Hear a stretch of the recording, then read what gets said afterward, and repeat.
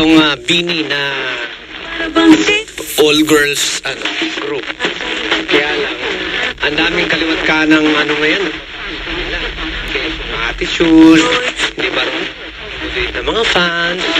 Well, naman kasi yung mga fans din na accommodate, sila yun naman.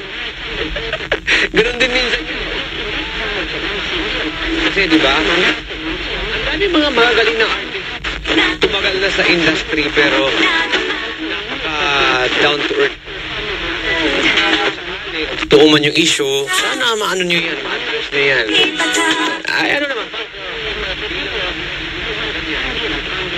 Na-culture shock na. 93.9 IFM, ay, narinig ko na yan.